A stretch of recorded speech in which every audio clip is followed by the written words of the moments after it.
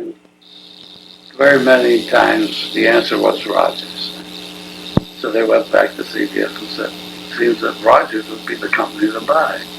So they tickered for a year, and they finally bought it in 1966. And that's how I ended up with CBS, because when they bought the company, one other fellow and myself went with the export manager, myself, went for CBS, nothing else.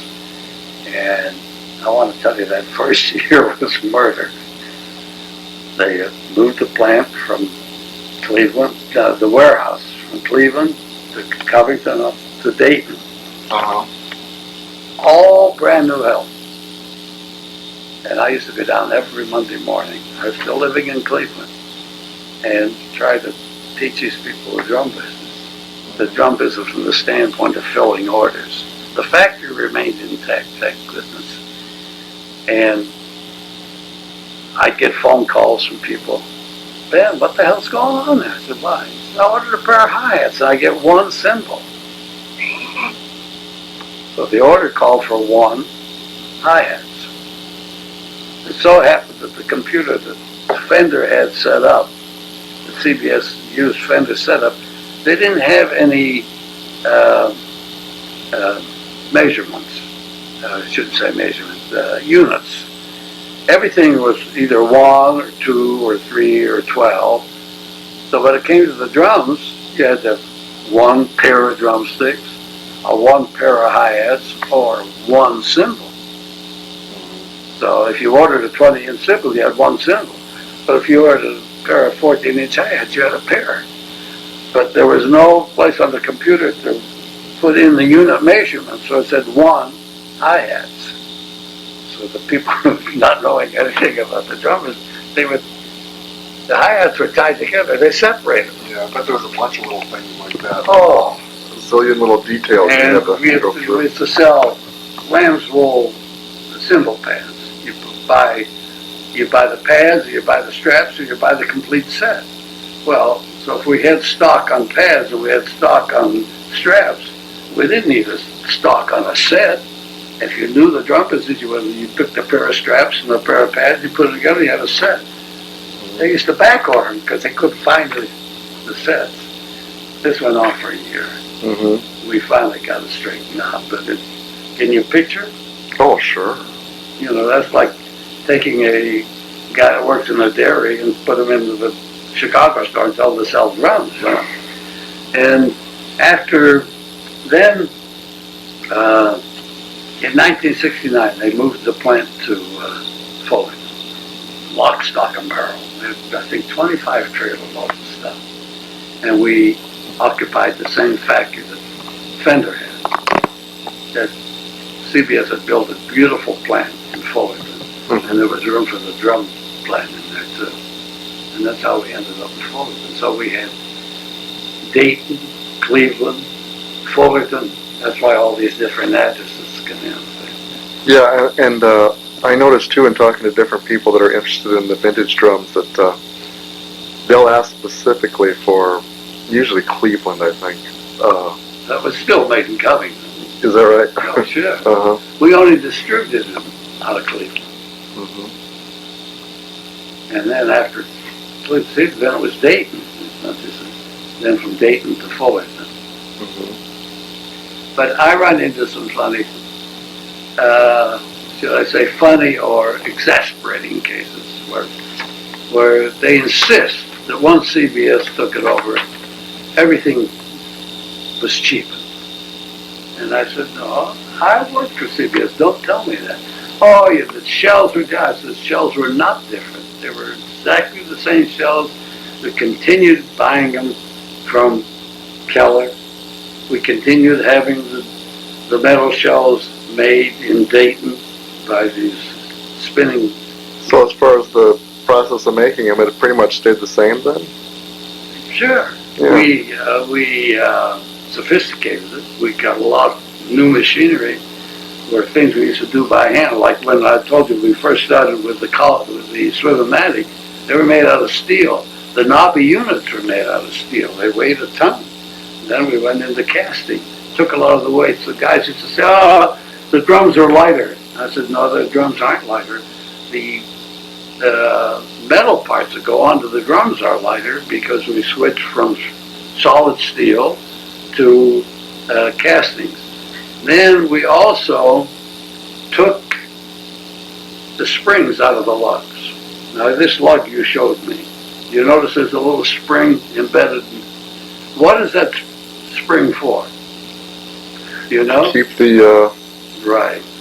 To keep the lug nut, the lug nut from falling down into the lug. So one of our, and this was done in California, which was a great improvement. They said, what do you got springs inside of your lugs for? I said, to keep this thing from falling in. You don't need that. So the engineer, I don't know if I have it on this drum or not.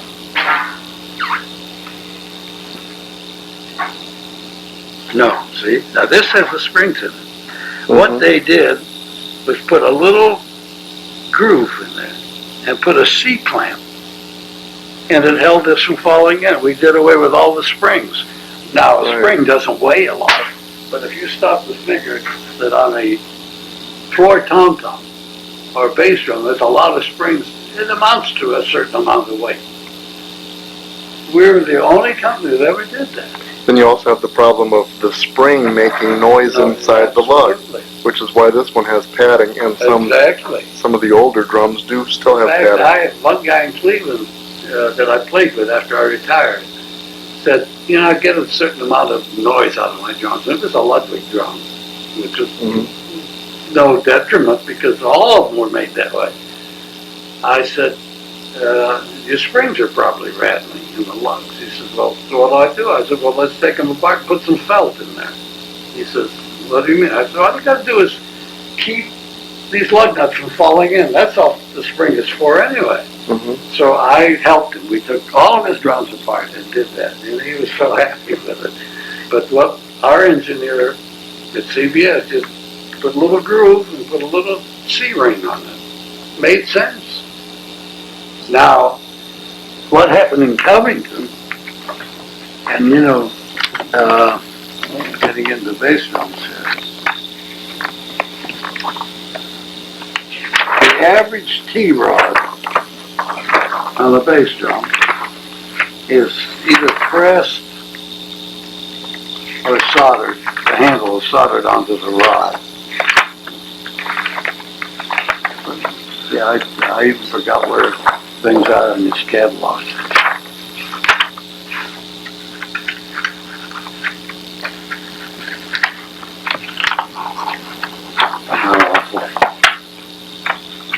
Well, I think I know the difference you're talking about, though.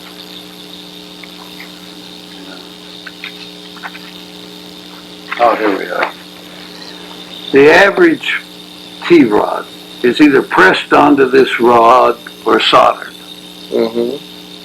And again, when you get to the drum course, especially if they tighten them up so much, every once in a while these handles pop off. Do you ever have that happen to you? So what we did, I'll get my thing I can write on here. We made our rods, and I'm going to exaggerate so I can show you, like this. And this is a thread. Right? I'm exaggerating this one. And we built a handle that had a square hole in it to match the square on this rod, and we put the handle on from this end, and it would come to about here, and then we'd have to force it in. Never come off. Right. Yeah, oh, this also had a little lip on it. We did so many hidden things that cost money that most people didn't appreciate or weren't aware of. It didn't mean anything to them. But it did to us, because anytime anybody would call up, see this old handle here? Here's one of the old ones. See it? Was that the, do they call that the bow tie, or what was it? Yeah. This was a tower bass drum, see, but when we went into the Holiday, which later became Power Tone, then we wanted this. And these would pop up. With a lot of pressure. And anytime anybody would call us and complain, we would feel bad. So we said, well, we got to correct that. And we corrected a lot of things. that didn't show to the eye, but we knew they were there. And we took a certain amount of pride in what we did. Now, do you know who owns the Rogers Company nowadays, or? A fella in California bought the name. A fella by the name of Springer, I Well, think. did Tama buy some of the product or something? No, they copied it. You see, Because I have seen Tama lugs that look exactly like that. well, look, the patents are up on all this stuff. For Oh. one, I understand that if nothing is done with a product for a couple of years, and I'm guessing it might be 3 years, I don't know, that if there's no activity, that then it really becomes void. I could be wrong, I was told that. But I know most of this stuff, the patents have run out, and we didn't cover it completely, because you go broke covering the patents in every country in the world. I bet. But we did cover them in England and in France, most of the things. Japan. You know, when we came out with the Dynasonic a year later, somebody in Japan came out with a Krupa snare drum that was a copy of the Dynasonic.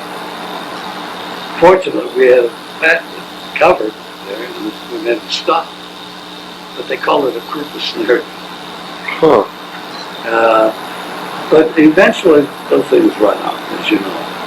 And I think the use of the name was bought by somebody in California. As far as I know, nothing's being done with it. But again, to go into this kind of manufacturing, you can't do it on the shoe street. Yeah. And you know, I don't know if I asked you, but I ask occasionally. I'll talk to someone who's pretty well into the drum business, and I asked him, is the sound that we were so proud of, that we worked so hard to get, is that acceptable today? And you know, the answer I usually get, it all depends on who you're talking to, which I can understand. Of course. Maybe there's many drummers that don't even want that sound. I don't know. Buddy liked that sound. Louie liked it. You know. Well, you know, speaking of some of your other Endorsees, the sound I still like to hear the snare sound is on the Dave Part 5 records. I understand that. Now that wasn't the Dynasonic. That was the power tone drum. And you know, we almost had a special setup for Dave Clark, because he liked to almost stand up while he was playing. Mm-hmm. And I don't know if you ever saw any pictures of his setup at all, but what we showed as a Dave Clark outfit wasn't exactly like his. Let's see if I can find it here.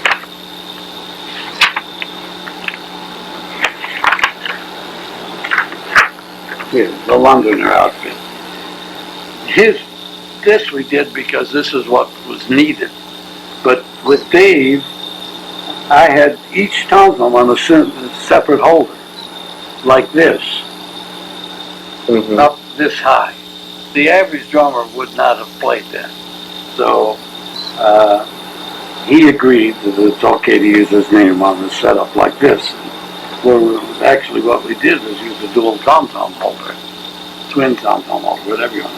Mm-hmm. But his were two separate mounts, mounted on the front, I'll call this the back of the drum, where the drummer sits. On this edge, not on the far edge.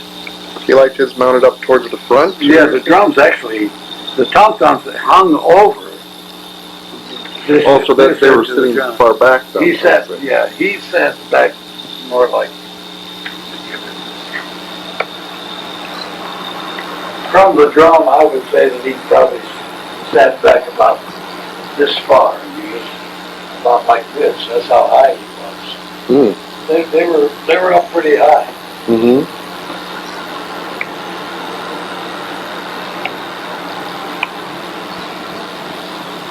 But now, see, that was a,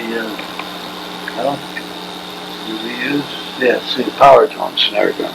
Mm-hmm. Of course, he wasn't a heavy drummer. The reason for the Dynasonic, as I told you, is that Buddy wanted something that he could lay into and it wouldn't fall apart on him. It's comparing it to a horn. You know, you can play triple pianissimo on a horn, you can play triple F on a horn. There comes a time when if you play so loud it becomes distorted. Right. And the same thing happens on a drum if you lay into it too hard. And Buddy says, I'd like to be able to, when I want to lay into a drum, that I don't have to hold back. And Buddy was great on that. And of course, like I told you, when Buddy played, he never played this anymore. And that's why, if you notice in his playing, you get a lot of rim shots, but not obnoxious rim shots. I've got some tapes that he made when he was with James in the 60s. After he gave up his small group, he went with James, you know, in the 63, and I've got some tape on that somebody from the Buddy Rich fan club sent me. I had a record, and I lost it, and he sent it to me on tape. And the drum sings, which most, not all the time, but many times you miss that in some of the drum things you hear. And I attribute it to the fact that the drums are choked. When Buddy played rim shots, I remember when he made this record with Sammy Davis. I don't know if you ever heard it. And he did it after hours. When he first started when he got started with this band, and he wasn't using Dynasonic then, but later on in the middle 60s, he was playing stuff that I would swear somebody was playing a vibe. It sounded like a note coming out of a vibraphone. Wow. To me, that's how melodic that rim shot was. And he kept listening and listening. Finally, I said to Buddy, what is that? He said, it's a rim shot. To me, it sounded like a vibe note, you know. But Buddy was very sound conscious, more than so many drummers. I always had a lot of respect for Mel Lewis, but he wasn't too much for sound. He was a good drummer. But he didn't, and Max Roach and those guys, they weren't sound conscious. Buddy was, Louie was, Roy Burns. Do you know Roy Burns? Not personally. You know who he is? With him, yeah. Did you ever hear him play? Not live, but on records, yeah. He's as close to Buddy, I think, as anybody. And I'll tell you another guy who's a tremendous drummer that most people don't know. Dave Black, you ever heard of him? He played double bass. He used to play with a group in Chicago, Dixieland group, Bob Scobie. We got him to play our drums. And Maury LaShawn, Frank's drum shop, said, this guy is so tremendous, I got to fix something up. So he arranged some real step controls on his foot pedals. That the minute the foot pedal went past this point, a drum lit up inside the bass drum. And Dave would play Latin stuff and play 4/4 on this drum and play Latin beats on this drum. And he did it good. And it had some sort of a thing that would tell you The drums, the audience could see it. The minute the pedal went past a certain point, the drums would light up. Sounds a little corny, but it was great. They dimmed the lights. They played in a club called Bourbon Street on Rush Street in Chicago. That was the home of a lot of jazz at one time. And Dave Black, got him in there someplace. There I go again, you know. Well, speaking of, you were talking about Louie for a second there too. And I'm amazed too that I was reading an article about him in an old modern drummer. He was talking about all these cats, all things that they came up with all these ideas. You know, double bass. Well, I was doing that, and he was. I think he was somebody else. He was the originator. Maybe someone tried it before him. Yeah. He was really the one that got it going. Right. And in my day, I remember, the first guy I ever saw do it was Ginger Baker.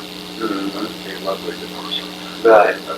But, and then later on I had seen Louie, and I thought, well, Louie must have copied him. But then you see these old pictures of Louie, and oh, Louie, sure. but when he came with us, he was playing. Right. This was in 1962. Matter of fact, there's something here.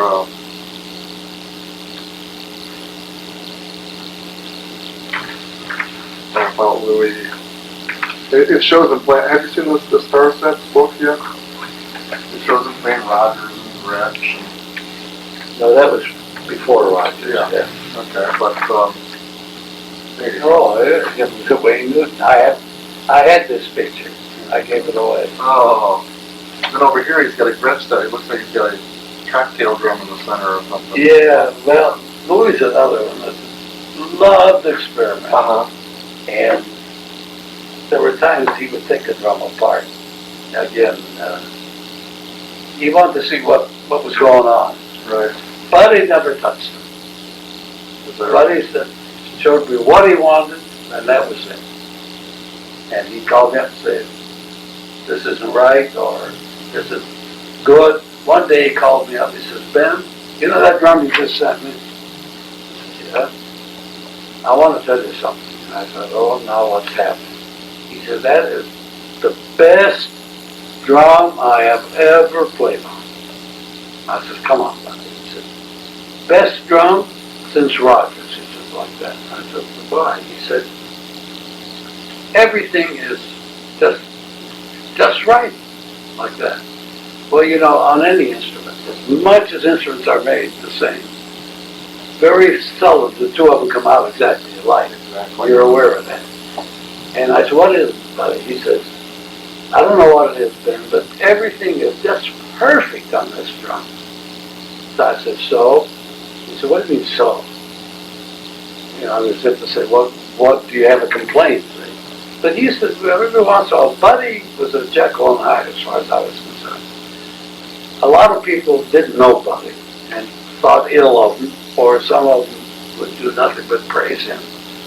But there was a reason for some of Buddy's movements. And I'm telling you, from my viewpoint, that people used to agitate him purposely to see if they could aggravate him, if you know what I mean. They would purposely do that. And I tried to accept Buddy the way he was, and he was a good-hearted guy, believe it or not. I saw him dole out money to guys that were begging, you know, so to speak. Because like all the musicians, he played in some crummy joints too, you know. And it's just unbelievable. Anyway, this drum. So he said, it is so great. He says, I'm going to spread the word around town. I'm going to have every drummer in Vegas come and hear this drum. He was playing at the Flamingo then. And I said, well, that's great, buddy. I'm happy to hear that. When you get all through playing it, maybe when the time comes when you think it needs replacing, I want to see that drum and see what we did to it. But you never know. It could be the grain of the wood. Who the hell knows, you know? It was a marine pearl, like this one. Anyway, 2 days later, I get a phone call from Buddy. Ben, I got sad news. What? Somebody stole that goddamn drum. I said, you're kidding. He said, no, I'm not. I come to work and it's gone. I said, I can't believe it, though. He says, yeah, it's gone. I said, well, I'll get you another one. And I always managed to keep him with about 3 snare drums. Because if he broke a head, he needed a snare drum right away. He always had a band boy. Anyway, I said, I'm going to California in a few days. I'll stop by in Vegas. So I stopped in Vegas, and I said, I'll see you such and such a night. In the meantime, I got there in the daytime. I go over to the Flamingo, and the band was in back of the bar. Big stage, but the bar was in front of it. And I said to the bartender, I'm from Rogers Drums, okay if I go in the back? Yeah, go ahead. So I think to myself, no wonder the drum was stolen. Guy didn't know. Right. Show me some identification. Yeah, go ahead. So I go back, and that's probably what happened. Well, they checked, the police looked for it, and they finally found it in the hawk shop. The guy stole it, hawked it for $50. And they notified Buddy. Buddy said, what should we do with it? I said, well, what's it like? He said, it's pretty beat up. I said, forget it. Don't even try to buy it back. He said, the guy screwed around with it. They finally found the guy who stole it. He was in jail. He was a hophead, and he stole the drum and hocked it for $50. Because all the drummers came to listen. Buddy said they were all here, and it was just unbelievable. So, did they at least get to listen to it before it was stolen, I hope? Or? Yeah. Oh, Yeah. It was good for a couple nights, I guess. But, and he said to me, as good as these drums are, none of them are like that drum, isn't it funny? And I got to understand that. Sure. Everything was just right on it. But this is interesting. Wayne Newton, played a little drums. Because he played a little bit of everything. A little of everything. So what an entertainer. And I don't know if you ever saw him perform. As a matter of fact, I have, yeah. Does he still go to the front row and shake hands with people? He gets down, he'll just stop everything and start saying hi to somebody and how you doing, and let's do a little joke here. And he's a real salesman. He's just great, yeah. I met him at the Fontainebleau in Miami. I had a dealer who played lead saxophone, lead alto in the pit band, the Fontainebleau. And he said, let's go to the show tonight. So my wife and I went to the show, and we met Wayne, and Wayne said, I'm going to be in Cleveland in a couple of months. I said, give me a ring when you come in. So he did. We had him out the house for dinner. Very nice. Then I lost touch with him. Came through Cleveland about 3 years later, and my wife said, let's go to see the show. So we sat in the fourth row. Wayne came down to shake hands like he always did, and my wife says, get his attention. I said, no, leave him alone. And he came by and he looked back and he said, Ben, how are you? 3-4 years. He needs a lot of people. I said, fine. I stood up and I leaned over and we shook hands. He says, come on, back in the dressing room after the show. We'll talk. I said, okay. That's the kind of guy. And he's a real showman and a nice guy. I bet you must have run into an awful lot of that kind of nice stuff with different yeah, I ran into a lot of bad stuff. Unfortunately. I'll tell you something. This is kid. You see this guy? I never met him personally. This is when we had a montage of Endorsees. Sure did. He used to work with the dealers. And they would pick a guy and we could work out an arrangement. After this catalog came out, the salesman that covered Nashville called me up and said, Ben, you've got a problem. Well, Murray Harmon is very good on it. I said, what? Put him between two left. Oh, see what I'm talking about. 1968. I said, you gotta be kidding me. No, he didn't appreciate that. I said, did you explain to him it's all done alphabetically? He did. He said, but he didn't want to hear about it. He's just so upset he's not going to play our drums. He said, so let him go. What can I do? I never ran into the guy or anything. Here's his stage life. He lives in outside of San Francisco. I get a card from him about 3 times a year. Just a little postcard. Hi. Hope everything's fine. That's it. And we go back and forth. Al Blaine was on our drums for a while. This guy used to play with Dayton. This guy played with Boris Silver. This guy was from Cleveland, Ohio. This guy played with Sammy Kay. Here's Roy. Is this any relation? That's his brother. Uh-huh. Lives in Chandler here. Is that right? Yeah. I don't think he plays, but maybe he does. I don't know. This guy played with Andre Previn for a while. Jim Chapin, of course. Jim was fun. Yeah. I used him for a couple clips. Smoked a cigar and put some lighted cigars. That's funny. This guy was from Hollywood. Frank DeVito, he did everything. This guy played with New Orleans. Pete Fountain. This guy was from Cleveland, but also played with Benny Goodman. These guys were LA drummers. Lionel played our drums for a while. He used to get the biggest kick out of using 3S sticks and breaking. Don't found that out. He didn't like the 3S sticks because he threw them up in the air. But anyway, they all played. Yeah, yes he was. And a great vibe player. Yeah. This guy played with Dorothy Donovan, who's from Detroit. Of course, you know, Louie Hayes. I lost him because he called me up one day and said, Ben, I lost everything in my trap case. I said, how did you do that? He said, I was in the lobby of my building and I forgot something and I left the trap case in the lobby and I went back upstairs. When I came back, it was gone. So a snare drum and everything, you know, in the trap case. So I said, well, check with the insurance company. He said, well, I don't have the insurance.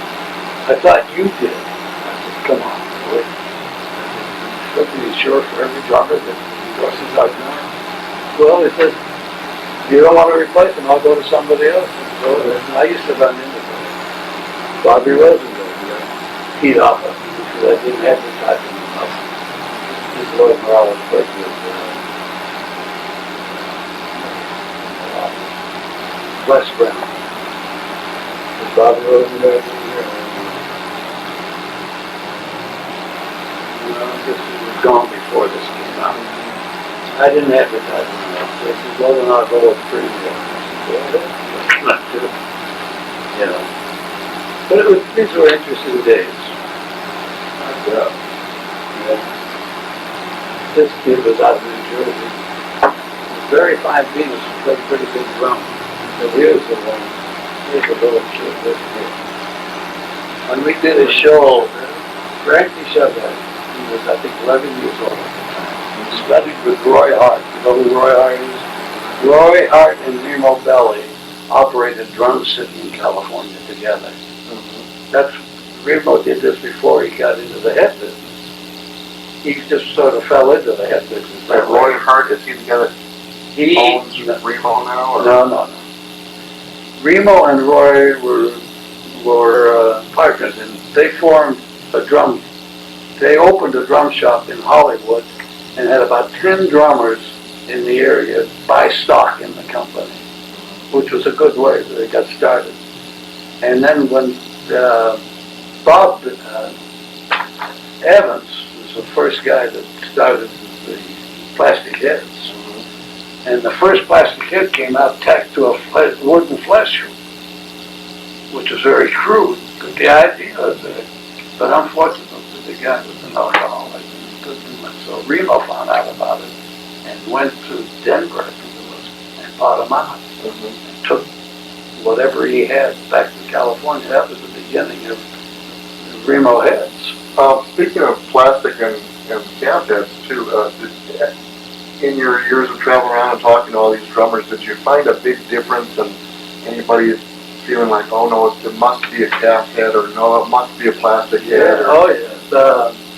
You know, what the hell was his name? Insisted that it be calf. He played with Frank. Calf heads seem like they must have been such a hassle to deal with the humidity factors or whatever. Well, of course, the symphony guys, plastic, forget it. I wouldn't put a plastic head on my timpani, you know. And I go out in the park and I see him playing. I said, how come you got plastic heads on? Well, outside I got to use them. But inside they still use the calf heads, you know. What the hell was the name of that gentleman? It's on the tip of my tongue. I don't have him here. He was never our endorser. I talked to him one time. And he said, all drums are like it. Get good skinheads and you tune them. I said, I can understand that with the bass drum, floor thumb maybe. But you think there's no difference in the snare? Nah, shelliness. I couldn't. To him, it took skinheads. So now later on he might have, I don't know. But he was a firm believer that all drums are the same. Bearing edges didn't mean anything. It's just how you tune the head. After a while, I had a problem with a fellow named Buster Bailey. When I say a problem, a difference of opinion. He was the assistant to Saul New York Philharmonic. Saul named the Tiffany. Played with Tiffany with the New York Philharmonic for years. Well, anyway, yeah. when we first came out with Dynasonic, I went to see him in the studio, and I said, I want you to pay particular attention to the stick rebound on this drum. I looked at it, and he says, what's that got to do with it? Yes. I said, you mean you don't think it has anything to do with it? Nah, he says, it's all in here. All in here. I said, yeah, but the rebound helped? Nah, it's all in here. It's all in the wrist. Okay, you know, talk to the wall, if you know what I mean. Mm-hmm. So one day, not long after that, I was in Henry Adler's, and he walked in, and he says, oh, you're the guy with the stick rebound philosophy. So I started saying, Henry Adler said to me. So I stopped. And after he left, Henry says, you can't argue with that guy.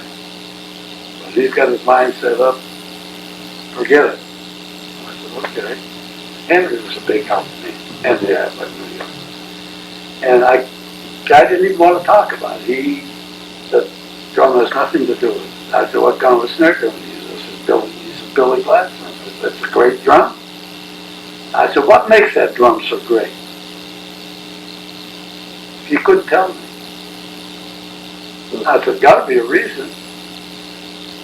And, well, I said, you don't think the bearing edges have anything to do with it? He said, nah. Okay. So you can't tell people, Henry Adler said, don't argue with it. But, You have to remind me to. yeah, now I ran in. The Ice Follies came in through Cleveland one time. Lloyd McCausland, you know who he is? He works for Remo. He was the drummer for the Ice Follies. And I always tried to manage the best of my ability to meet these guys when they came through. That's how I got to know Red Floyd. He came through with the circus. Anyway, I invited them over to the place. I had a little corner of a warehouse in Cleveland that I sort of used as a testing shop. The factory was in Covington, but I also worked in Cleveland. I used to go back and forth. And I said, come on over, I want to show you some things I have. And we sat down and we talked. And he proceeded to tell me that there was a group of drummers in Hollywood that used to get together once a month. And they would decide what was good and what wasn't good on the drums that were in the marketplace. He said, well, that makes sense. I said, now, what's your feeling about snare bits? Oh, he said, you gotta have them. I said, why? What do you mean, why? I said, well, what is their purpose? He says, to get the snares up at a position where they make contact with the head. Otherwise you won't get any snare sound. I said, what would you say if I told you that wasn't necessary? He looked at me and he laughed. You know? I said, let me show you a drum. Now we were just talking. I hadn't shown him anything. So I took him back in that little room I had and showed him the Dynasonic snare drum. He says, I never saw a drum like this. I said, well, let me explain the philosophy here. And I explained to him, like I did to you, that when you strike a batter head, you set air in motion, etc., etc. And he said, I was never aware of that. I said, well, you wouldn't be. I never was either until we made this drum. And we did a lot of engineering searches to find out what constitutes a drum sound and what makes it, and found out that when we worked with snares, when we came out with the Dynasonic, I flipped it from one thing to another, but they're all related. Instead of using gut snares, we thought we'd like to use nylon, because there's always that problem with gut drying up and stuff. So we got DuPont to make us some nylon, 50 thousandths millimeter, 50 millimeters, and 65 millimeters, different for different drums. And we tried to use it on a 5x14 drum. It never worked out. It just, we used to get 40 thousandths and 45,000, never worked. But when it came to a parade drum, we came up with it on a 10x14 parade drum that was unbelievable. Then we found out that it worked well on a 6.5, not a 6.5, I'm sorry, an 8x15 concert drum. And then we got some a little thinner that worked pretty good on a 6.5x14 nylon. Which brings me to another story. I took it in the Frank's drum shop, and what's his name? The drummer for he was one of the drummers, Al Pace, played with Chicago Symphony. That name ring a bell with you? Sounds kind of familiar. Okay. He made a lot of ballads stuff. Anyway, he walked into Maury's, and Maury said, "Hey, say hello to Ben Strauss." And we shook hands, and I said, "You're going to do this spot, the Chicago Symphony." He said, "Yeah. Got a drum I want to show you." So it was on a stand, 6.5x14. And he took it off the stand. No, he took it off the stand. He looked at it. Looks nice. Puts it back on the stand and walks away. "Don't you want to try it?" "What for?" "Why? He still won't play." "What do you mean it won't play? That drum can't do anything." He says, "Why do you say that?" He says, "Because it doesn't have any snare bed. You can't use a drum without snare bed." He said, "Whoever made a drum like that?" I said, "How can you criticize a drum when you haven't even tried it? Why don't you do me a favor? I don't want you to put on a concert for me. Why don't you just try the drum?" So he picks up a pair of sticks and plays. He puts the sticks down and picks up the drum again. He said, "I don't believe this." And I said, "Al, there's snare beds in that drum." He said, "No, they're right." I said, "Yes, they are." I said, "But you can't see them." And I explained to him why, like I explained to you. It's a gradual thing. And when you look at it, you can't see it. He said, I would have never believed it. I said, "Well, it's there. It's done in a different manner, that's all. The only way you ever see that, Mark, is if you take the head off the drum and lay it on a flat surface. Because 4 thousandths is nothing.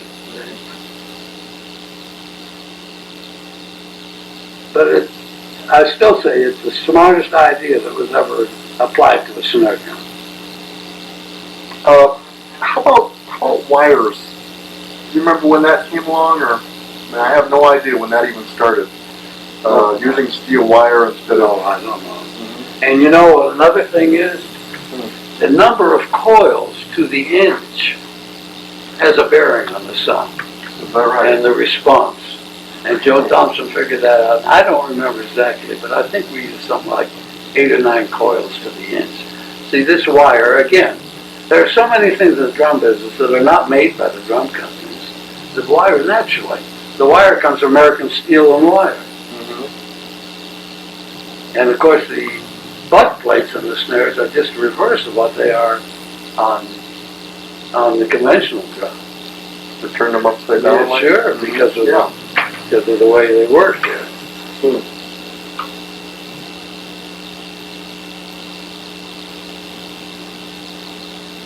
And how is the snare attached with a screw or something to the... Yeah. Okay. Well, see, notice here. It goes over the bridge, see? Right. It's like I got a bridge, see? And the screw is here. Away from the head. See how it the other way goes down? around? Yeah. Right. Now, also, can this be fitted with any standard strainer that you could buy, or would you absolutely need a Rogers strainer to go with that Rogers? Well, no, a strainer, you should have a 10-lug drum. We had people you used to want to buy this and attach it to their own drums. And the wood, you have to have this hoop. And it's got a, the special hoop, although you can't get that on another hoop. Another hoop, you'd run into the hoop. You know what about just the snares though? Just this part, could they put that on this, Well, you have to have the front, get this behind. What can I say? If you use a conventional hoop, you couldn't get this in. So I remember Ludwig Sr said to me, I saw your new drum, but it won't fit in a regular case, will it? And I didn't know Mr. Ludwig at all. I bumped into him in a drum shop in Indianapolis one time. But we used to have special fiber cases for this because it was expensive.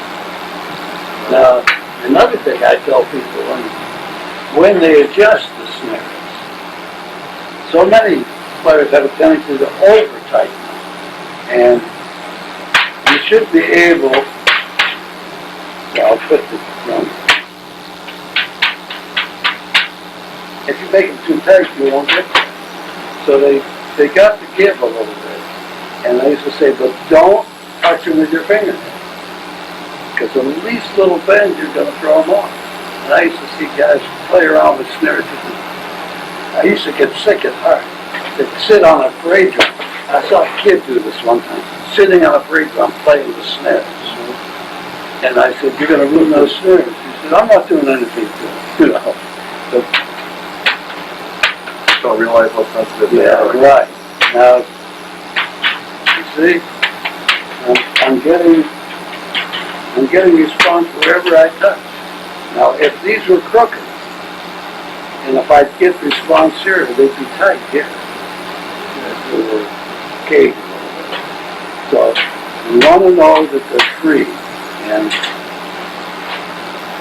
always with the meat of the fingers. But if you want a little tighter, you can adjust them. Not as a gift. So much of this is personal. I could talk, as you see, I could talk for days on this, really. That's okay. Because I grew up with it. I mean, it's like part of me. It really is. And I was always proud of the way it was finished off. Now, I was told by someone, again, I won't mention names, but they walked into a drum factory one time and saw 3 of these drums with the heads off on the shelf with a sign. These are Rogers shelves. In other words, see if you can match it. I know it because they did a lot of work on this. You can see the workmanship on it. Definitely. And this drum wasn't made special for me, I told you. Harry sent me this drum. Right. Now you say in manufacturing those, they do like 3 coats of 3 coats of shellac on this drum, on the Dynasonic. and sanding in between the 2. Not on the bass drum, just on the snare drum. But we finished off the same finish on what he said. All of his drums had the same finish inside. Right. People used to say to me, I can't buy the drums like that. I said, sure you can. They're not special made drums to that extent. We don't have any mufflers in them, but everything else. Well, I'm just amazed that, just looking at this, the workmanship involved there, it looks like a lot of work compared to, I see a lot of, I know. drums that doesn't even look like they even finished the inside. Maybe sanded it once. You know that before we came on the market, the other companies never finished inside the drums. And then they started after this. Now on our power tone series, we didn't have this kind of finish. We had sort of a crackle finish. We sprayed it on. Inside or outside? Inside. We didn't want it to be this good. We didn't want it to be bad, don't get me wrong, but we didn't want it to be a Dynasonic. Yeah. And when we went over to Yamaha, Yamaha made a second line for us at one time. Because we felt that we needed a second line of drums. R360. Okay. You know where the name R360 comes from? Circle. Never thought of that, huh?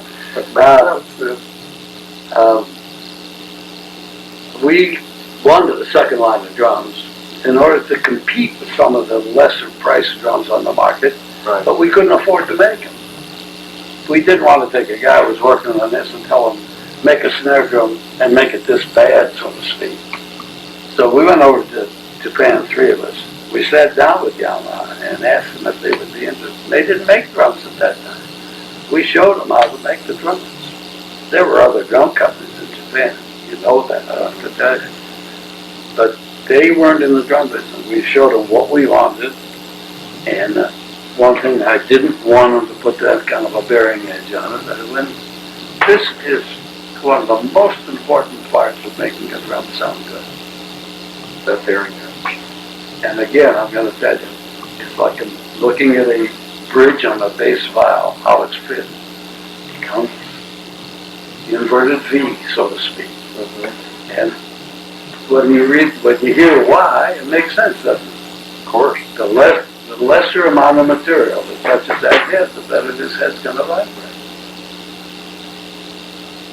Because, as I say, you lay your finger on, you know what happens. You know, another question I wanted to ask you too is, some lately more than ever, I think, I've heard some talk of, and I've seen drums to demonstrate this too, that having a internal ring is like not the way to go. Just build the shell, and that's it. You know, forget the bearing ring inside or whatever. We didn't agree because I've seen drums like that.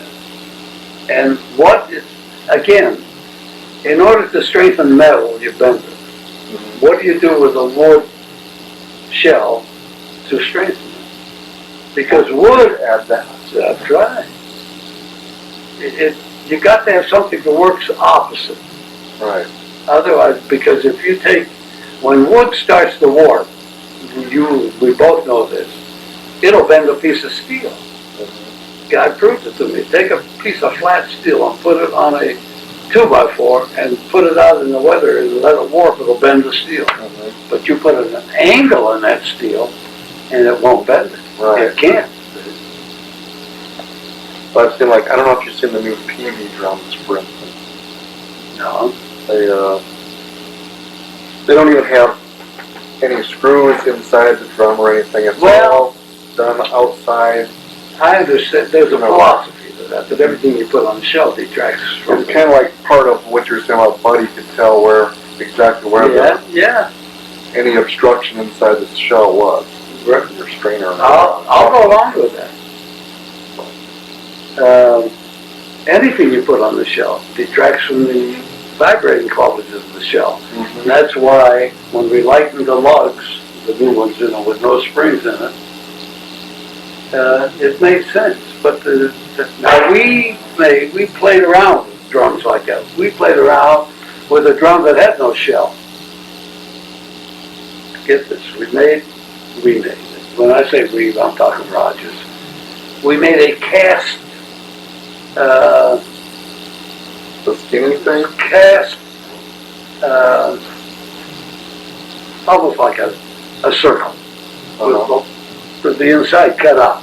I wouldn't even call it a flange, but we just took a flat piece of, we casted a flat piece of material and cut out the size, 14-inch diameter, and put some threaded holes in it so we could put a hoop on it and a head, and did 2 of those and left it open in between to see what would happen. And you want to know something? As a 3-inch drum, it played terrific. Nothing in between the 2 heads. The minute we started to open it up, it kept losing something. The air escaped. See, in a 2-inch, this much room, enough of the air column went back and forth between the legs. So was this the skinny drum or satellite or whatever? Or the skinny drum that you're talking about before that? The skinny drum was a result of that. Right. Okay. That was all cast, as you know. Mm-hmm. So you talk about shells. How much bearing does the shell have? When I hear people talk about maple shells and this, I I'm going just what I complain about other people, self-appointed authorities. But I know what it does. And the shell is important to a point, but not that important. As far as I'm concerned, and we did this through testing, the most important aspect of making the drum is at the proper level and bearing edges. If the drum is level, brings to a story. When I was in Hawaii one time, Bob Yeager was over there. He used to own the professional drum shop in L.A. He said, Ben, a friend of mine, who's got a Gretsch drum over there. It's terrible. And I don't mean because it was Gretsch, the drum was bad. He said, would you take a look at it and see what's wrong with it? He said, I took it over to so-and-so, one of the other drums. We had a show in Hawaii. And he says it's beyond repair.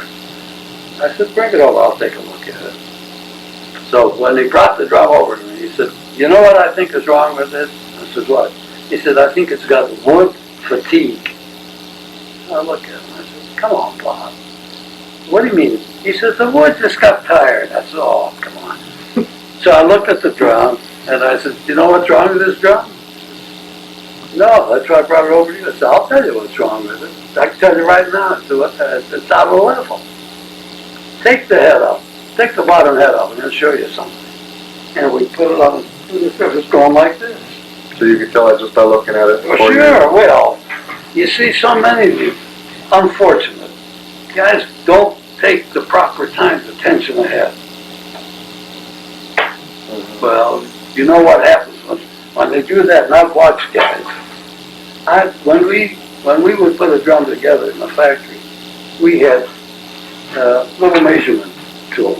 We'd run it around to make sure that when you run it through, that there wasn't a space there. We really were very concerned about it, and yet we didn't bring them up to pitch. Because when you're shipping, you're better off they're not too tight. Right. But I used to tell guys, you take your drum key, and you a quarter of a turn, and a quarter of a turn, and then come over to a quarter of a turn, and all right, a half a turn. I'll give a little, see. But I see guys going. Pretty soon that's tight. By the time they get over here, this is tight, but the head is like this. I'm exaggerating, of course. And the hoop is sticking up here, and here it's almost down to the head. Right. Can't vibrate properly. Well, when the drum is out of level, you get the same thing. And I guess from doing that too, it'll actually throw the whole... Oh, sure. Everything out. It was a wood shell, it'll twist it.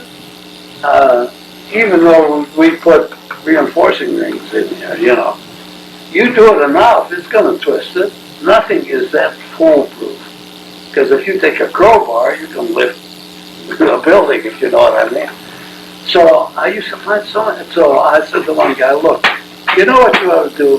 When you take the, I sold the guy Dynasonic. I mean, I was instrumental in making sure that he got it. Because we never sold anything direct. It was always through a dealer. But the dealer would say, I'm going to send the guy down. So-and-so's going to pick it up. I said, okay. So I used to tell him, just put the rods in here with your fingers.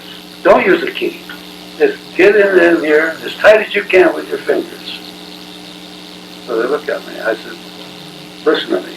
After you do that, then get a half a turn. And go. And don't rush. It takes time. You don't see a guy tune up a fiddle in 2 seconds, you know. And little by little until you get to the pitch or the tension that you want.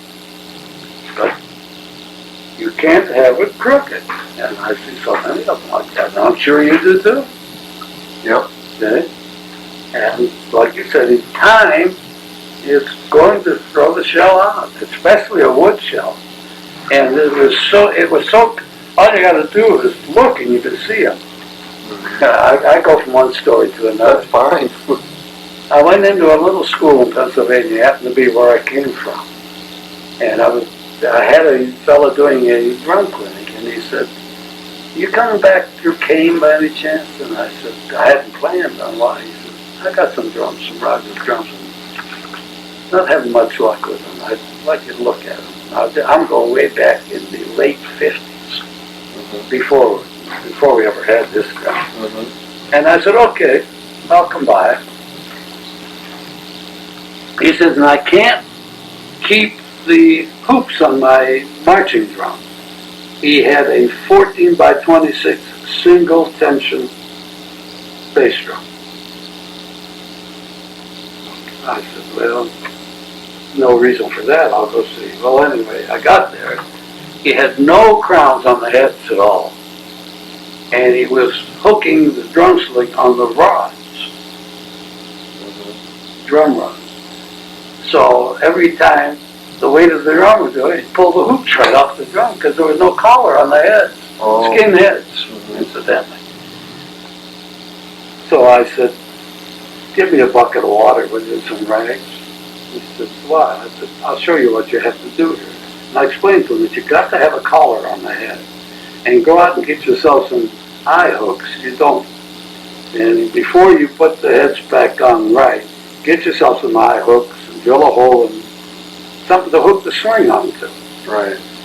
So I looked around and said, what else have you got? So he showed me 4 snare drums, monitor snare drums, that's almost like the power tone. Yeah.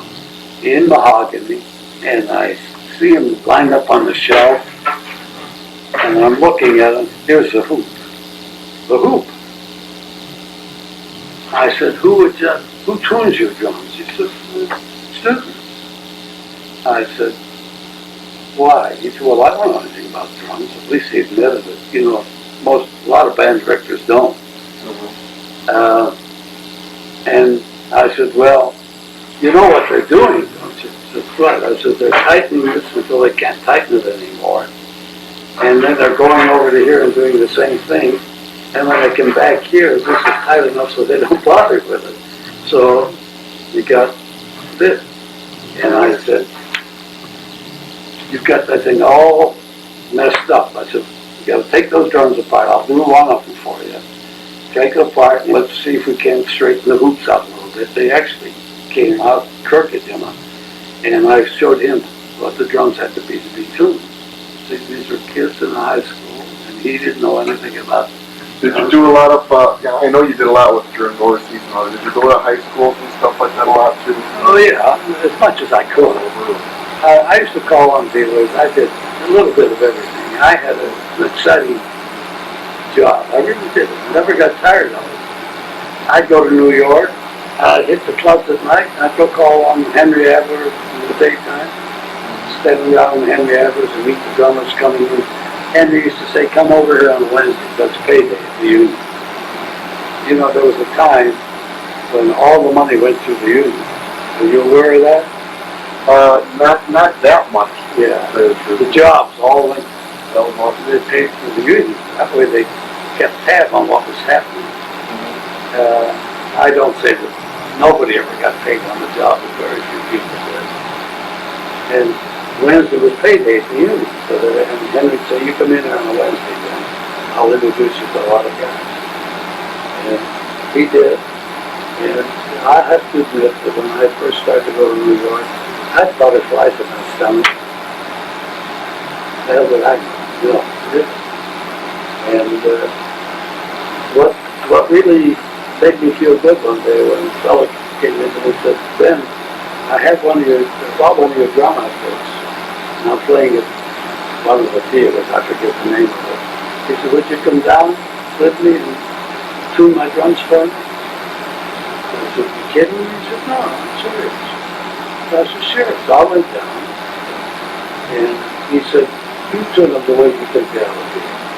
He said, I'm not sure that I'm doing it right. So I go in the pit with him, and I said, you don't have the drum set up right. Said, they're right for me. I said, what do you mean? He said, I'm a left-handed drummer, but I play with the snare drum over there. Think about this. Left-handed drummer. He's a left-handed drummer, he's playing with the snare drum over here. I get that. He's got the hi-hat over here. He's playing the bass drum with his left foot. got the hi-hat over here. The snare drum was here. I said, I'm not ridiculing you, but I said, I never saw so. He said, I'm self-taught.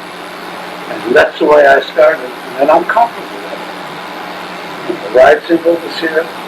Was there anything between his legs other than a snare? Or? No, snare was over here.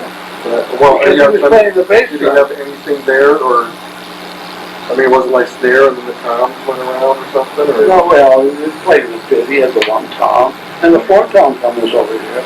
Everything was left-handed except the snare.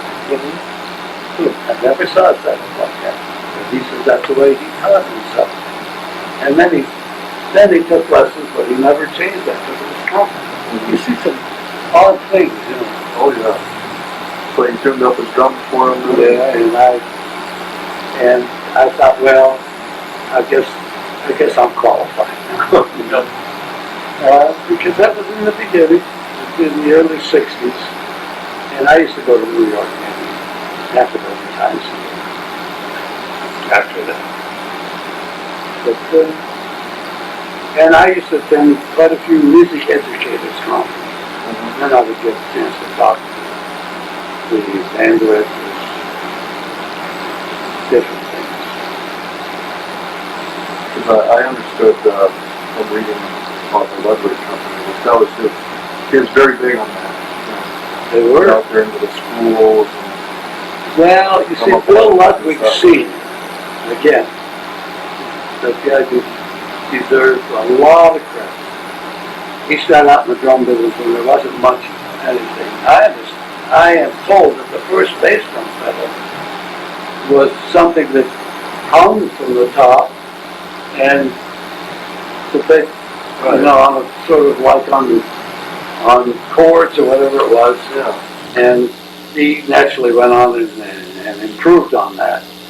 And he was very big in the NARD, National Association of Rudimental Drummers, and very wisely he was involved because that did a lot for that company. And I give him credit. He knew which way to go. Of course, he had something else in his favor. He had a brother-in-law who owned a foundry, a machine shop. So a lot of the things he had in the drum company were made in his brother-in-law's. Right. I don't put him down for that. I thought that was smart. His name was Danley. Danley, right. Danley. He owned a machine shop. That was his wife's brother. Right. Yeah, I had read about that kind of thing. Which was great. Of Ludwig. Did Joe Thompson have a shop like that to work at? Joe Thompson had a little shop. He was a repair shop. Are you interested or familiar with anything in the musical instrument other than drums business? You know what a mouthpiece puller is? Yeah. You know who designed the first mouthpiece puller? No idea. Joe Thompson. Is that right? Yeah. So they all copied him. He was into more things than drums there then. This was before the drums. This happened in the middle 30s. I'll give you a story on that. Joe had a little music shop. He partners with a saxophone player. Joe dabbled on all the instruments. Joe wasn't really a drummer. Played more drums than I did, but he was one of the guys that maybe went out and played a square dance and had a little bass drum with one cymbal on it and a snare drum. This is Joe, but he could play a little bit of every instrument. He's a repairman, which they all can do, you know. And the salesman for Grossen Music walked into his store, take an order, and he saw Joe pulling a mouthpiece out of the trumpet in the back. And he said, how'd you do that? Because you know what they did years ago, they used to tap the mouthpipe. A good repairman would tap the mouthpipe until he got it loose. And I found that if you run real scalding water, hot water over the tubing, it'll loosen that. I found that out myself. Anyway, and he said, oh, a little tool I designed to pull mouthpieces out. Because kids get the mouthpieces stuck. They always got to get that sound. Yep. They hit, or you drop it. Yeah. Yeah, they like that sound. You know. Anyway, so the theory is, he built this mouthpiece puller, You can't twist the mouthpiece out. When I worked in the retail store, I had more people bring me trumpets that were in pieces. And the first thing I do is look at the mouthpipe and see the plier marks on the mouthpiece. Mm-hmm. I'd say, you tried to take the mouthpiece out. And you said, well, it was stuck. What am I supposed to do? You should have brought it back here. Whenever I used to let out an instrument, if you have a problem, bring it in. Don't try to fix it yourself. And if it's something I can show you, I'll show you what to do. But until I know what it is, I can't tell you. So the theory behind that was to pull the mouthpiece out this way. Angle it. And it pulls it on. And he made this mouthpiece pull it. And you tighten, pull the mouthpiece a little bit this way, and then you tighten this side. So this is funny, I think. So he said, gee, this is great. Is this the only one you got? He said, no, I have another one. And it was handmade. He said, why don't you give me one? Let me take it up to my boss and show it to him. This was Mr. Grossman Music. He said, I think we could sell a few of these. No, he said, I don't want to bother. This was in, let's say, middle 30s. So he said, oh, come on, Joe, let me take it. What do you got to lose? You know, I'm back here I live right near here. He lived in Tip City. He said, I'll bring it back to you next week.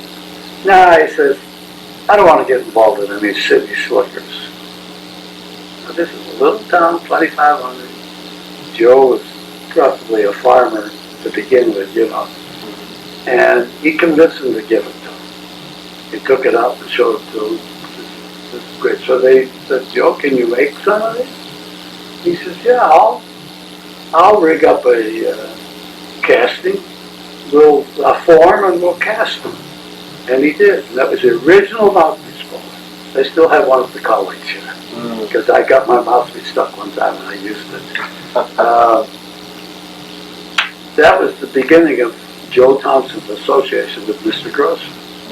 Then the tonette. You know what a tonette is? A little plastic flute-like instrument. Right. That doesn't sound like a flute, but it's the one octave range. A company in Chicago made them. And it wasn't really in tune too much. So Joe Thompson said, you know, Henry, I could make something like this. It would be more in tune than this. And he said, why don't you make one? So they made one and made it look like a little clarinet. But it was red and white. First it was black, then they finally came out with a white with a red bell on one. And they farmed it out, molding. It's whole millions of them over the years. And they used them in all, they did use them, and I think they still do it in all the elementary grades. They call it a pre-band instrument. You could play one octave and one note on it. And doodling around with it myself, I learned to play the scale on the clarinet from it. So when I worked in a retail store, you know, I could do that. But then he became associated with, then there was a good association between Grossman and Thompson, and that's how Joe Thompson ended up being the engineer for Rogers.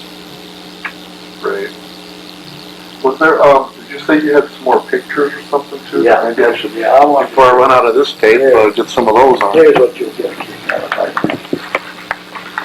Here. We did what we call drummeramas. Unfortunately, these are copies, so they don't come out real good. Roy Edmonds from Sabian sent me this. But this was a clinic that we did at the Edison Hotel in New York City in 1960 when Buddy first came with us.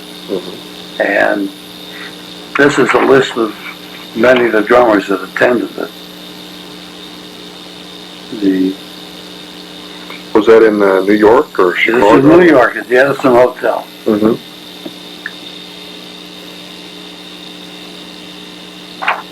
You know the name George Wetley? Yes. And Henry Adler, of course, was there. Joe Jones was there. Everybody was there. They all came and hoped to see Buddy stumble. They really used to look for that. They'd go to the clubs where he played and they'd stand in the corner hoping they'd hear the time when Buddy goofed up sometime. And he'd see him hiding in the corners. And this happened at Birdland one time. And a bunch of guys were there. Art Blakey and Philly Joe Jones and who was the guy that played with Count Basie for so many years, Sonny and Greer? No, Sonny Greer was with Ellington. And whatever. And he'd call them up and say, come on, sit in. And they'd get them all to sit in. And then when they were all through sitting in, he'd go up and play and cut them to pieces. That's about it.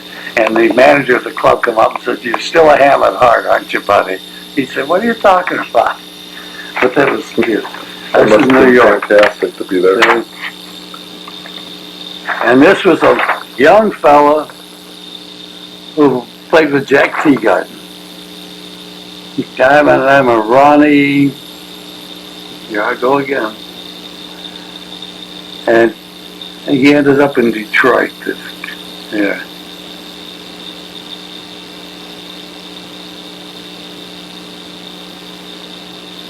I can't remember who he was anyway. I'm ashamed of myself because he was a nice kid. There's Charlie Perry. There's, the guy with the cigar. What's his name? I'm just as bad as you. Yeah, I tell you, I'm getting bad. He put out the book on independence. Whatever.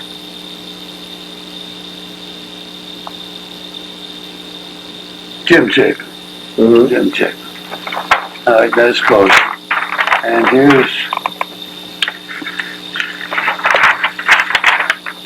here we did in Chicago. That looks like Louie here. But we used to draw crowds at these things. Eh? Well, I've been to some things like that. They would have like conventions in Chicago. That's the area I'm from. Yeah. And everybody and their brother that had any kind of musical instruments was there. Right. Kind of like a NAMM show today. Right. Well, we started this Drumorama deal. And Grossman said, we got to give it a good name. We called it Drumoramas, which made sense, you know. Now, there's Dave Black, and there's Don Kennedy, and Louie Bellson. And we'd get drum teachers in to act as a judge, and we'd have contests. Here's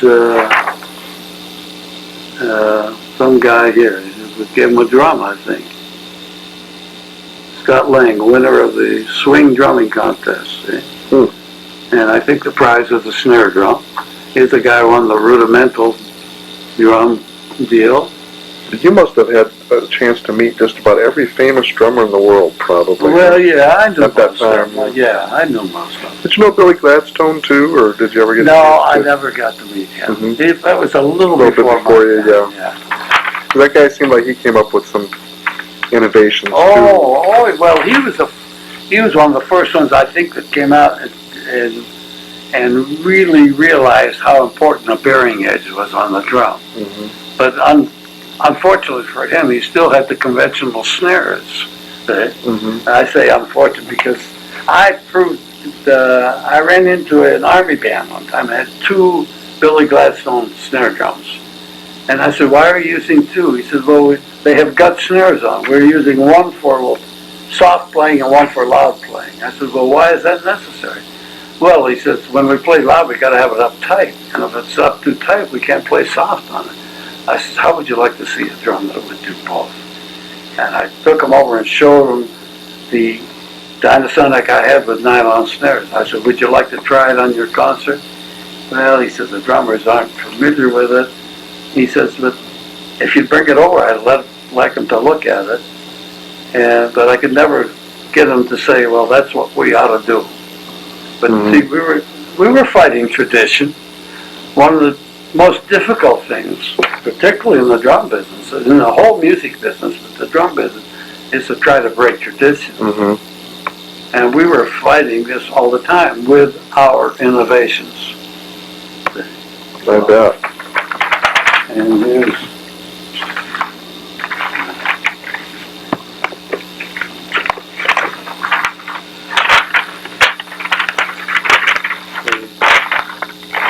what we used. This is some of the ads we ran. Mm-hmm.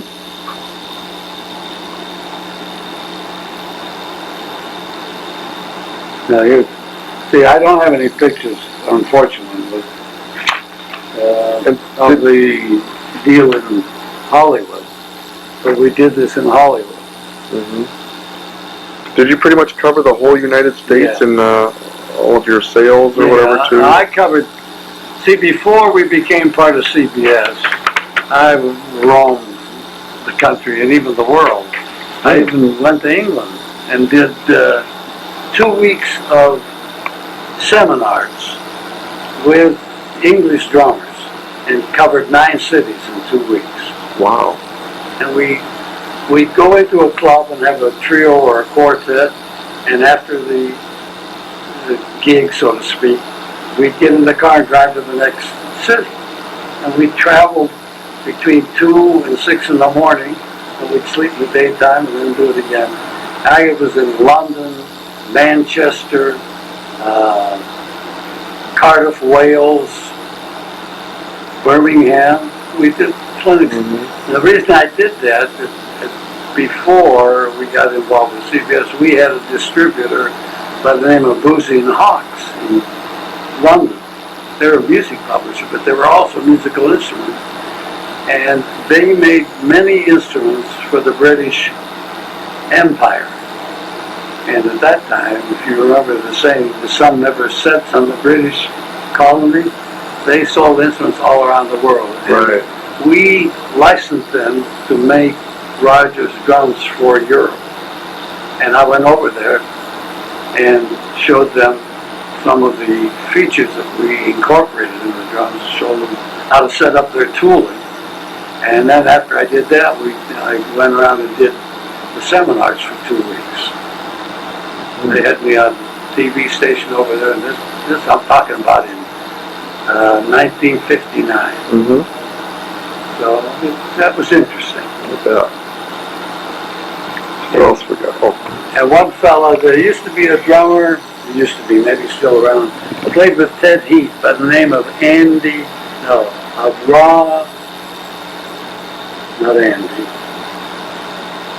I forget, Varus, I think his name was. Anyway, he bought a Dynasonic drum, and he complained to the guy that he didn't like the sound of it. I said, well, why don't you have him come into the place, and we'll meet, and I'll look at it. This was a subsequent visit. And he brought it in, would you believe he had it felt stripped, the snare drum. And I said, why are you doing this to the drum? He says, well, they don't like the ring on the drum. So I took it out. I said, well, they can do so much with the recording, they can cut it out. But if you're looking to get the sound that you hear Buddy Rich getting, you'll never get it with stripping your batter head. So we took it out. He said he didn't realize. Do you know if Dave Clark went with the same open kind of sound too, or do you know if yeah, on the snare drum. Yeah. But he used mufflers on the tom drums. Yeah. In fact, most everybody did except the top drummers. Yeah. And I don't know if they did that because they were on the drums, but I do know we tried to sell the Dynasonic drum without an internal tone control.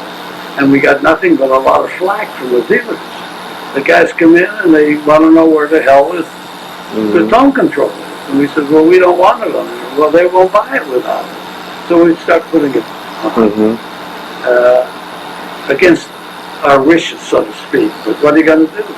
And, you know, when we first came out, the Dynasonic was strictly a wood shell. And we tried to avoid making a metal shell. We couldn't help ourselves. Because the public you can open that if you need to. Oh, just cut. Got it, dear? Yeah. Did you have a double one? No. Oh, okay. Why would I have a double I one? thought you. Okay. I couldn't open it the first time. We tried our best to sell matched outfits and sell the pearl drum because the wood shell rather, because Buddy liked that too, and so did Louie. But then, you know, the metal drums got to be the rage, and they convinced, so many people convinced themselves that the metal drum was crisper. sound.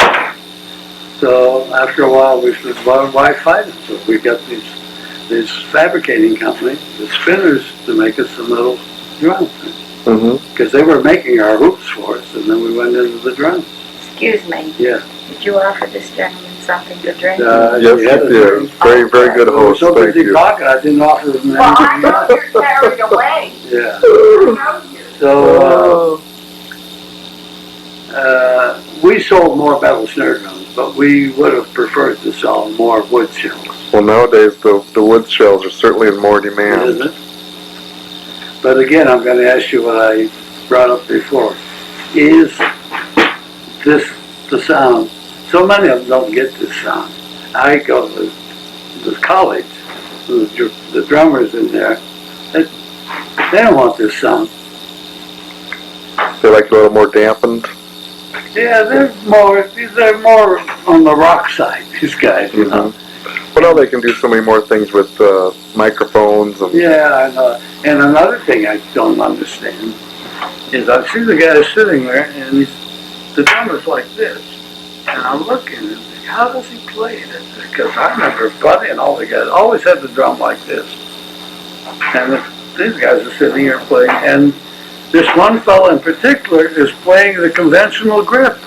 And I'm thinking, how can he be comfortable playing that way? But like one fellow explained to me, the way Buddy and the rim shot was part of playing the drums. But how much of a rim shot can they get? How can you get one like that Unless they come out to the side yet. But it amazes me. And of course they got the twin tom-toms and they got the ride cymbal up there.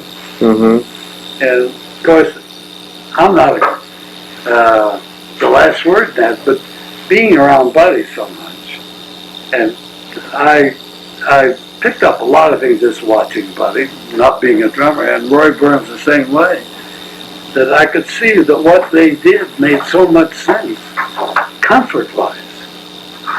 And then I'd go to another place and see a fellow standing there playing the ride cymbal like this. No wonder Buddy was so much faster. Because it was just, he was loose when he was playing. And you know what I'm talking about. Right. And of course, Ed Chauncey showed me once the easy way to get a good beat on a ride cymbal, play it this way. Now, I don't know how many drummers do that.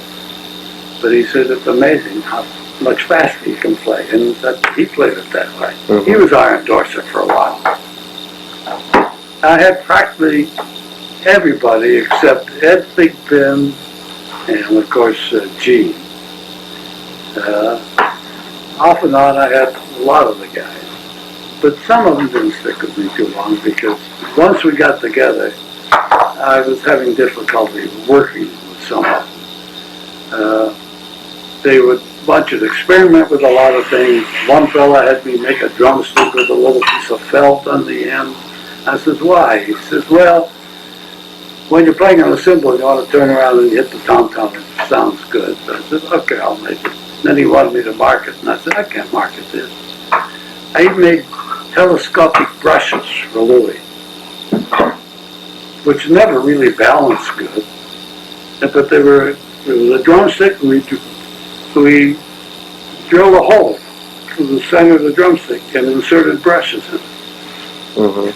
And Louie used to use it. It didn't bother him. But it didn't sell good. And I used to make mallets for Louie with handles this long. And I said, look for it. I made him a setup one time where he used 5 bass drums. 18, 20, 22, 24, and 26. And he lined them up and put a little thing on a few things here. And I said, Louie, how are you going to make me some mallets with extra long handles on them? He said, yeah. No, they couldn't have been balanced. But he didn't mind. It was that show stuff, I guess. Yeah, that's right. Louie was into that a lot, which was all right. Is there any more photographs at all? Or? That's about it. I can't find any more.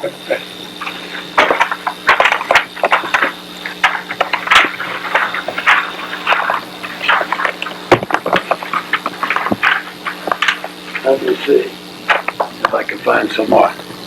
I don't think I have. I'm just gonna stop this for a minute then.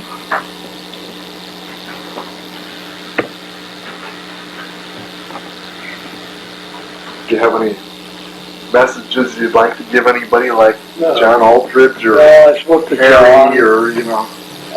You're going to the show. I am. I told John Aldridge, did you see Barrett Deems? You know who he is? He's one of the old timers, and he's a great guy. Give him my personal regards. Tell him I don't know who's going to live longer, he or me, because he's no youngster. And he always was the world's fastest drummer. That's the way he liked to bill himself. And he was a little guy. A strong wind would blow him away. Really play. You ever know when Buddy first came with us? I said, Buddy, we don't make sticks ourselves enough. I said, what kind of sticks would you like? Well, he said, well, you don't have anything now. Like I said, well, why don't you go through what Ludwig sticks you have? I said, use the Ludwig sticks. He said, no, I don't want to use anything else. Because he was perturbed with it. So he went through a bunch of sticks, and I took them back to the maker who was making the sticks for us. And we noticed that it had an indentation there. The 3 or 4 pairs that he picked out of a batch all had that, which evidently the knives might have been different or something, like a little pistol grip. And we made the sticks that way. What a headache it was. But it's good. Right in here, there's a little, almost like a grip. Right. Well, I've gotten some Buddy Rich sticks recently that have, it's like there's no taper there almost. It comes up like, Yeah, well, there's all kinds of, there's a zillion Buddy Rich sticks now, I guess, huh? So, Buddy was with us from 1960 through 66. CBS bought Rogers in April 1966 when it was finalized. And Buddy assumed, and I did too, that as long as part of CBS, that he would be on Columbia Records. And he was actually looking forward to that, which I didn't blame him. And I called the A&R man, and I said, Buddy's got a new band, which was when he started in 1966, the big band. And I said, it'd be nice if he'd be on the Columbia label. He said, then I'd love to satisfy you. But he said, I have no use for that kind of music. He said, what do you mean? I said, he plays a little rock stuff. He said, no, but big bands don't sell anymore. I said, well, you got Woody Herman? He said, yeah, it's laying on the shelf. We can't move it. He said, the only thing that's selling now are the Christie minstrels and, that kind of music. And so I told Buddy, I said, so he said, well, if that's the case, I'm going to quit playing Rogers drums. That's what caused it. So people used to say to me, what happened to Buddy? I said, we just agreed to disagree. And that was it. Always remained friends. I stopped out to see him in Vegas, and we were talking about it. And I said, Buddy, I'm sorry. I agree with you. I feel that it would be nice, but there's no market for this kind of stuff. And there wasn't at that time. So he left us and went with some German company and lasted about 6 weeks. And then he went with Fives, and that didn't last long. And then he started making all the moves and finally ended up with Ludwig at the end. But he told me he'd never play Ludwig drum again. But things changed over the years, Yeah. I had heard, as a matter of fact, I read this book here about Buddy that some guy put him together a set of the old Radio Kings. Looks like he's playing on here maybe too. With the beaver tails. Yeah. Or scallops or whatever. Right. They really liked those a lot too. After he left us, now see, here's the old Ludwig picture years ago when I don't know if the tom-toms were on a tripod. You remember everything? I've seen pictures of them. I still haven't seen one yet. Chick. Yeah.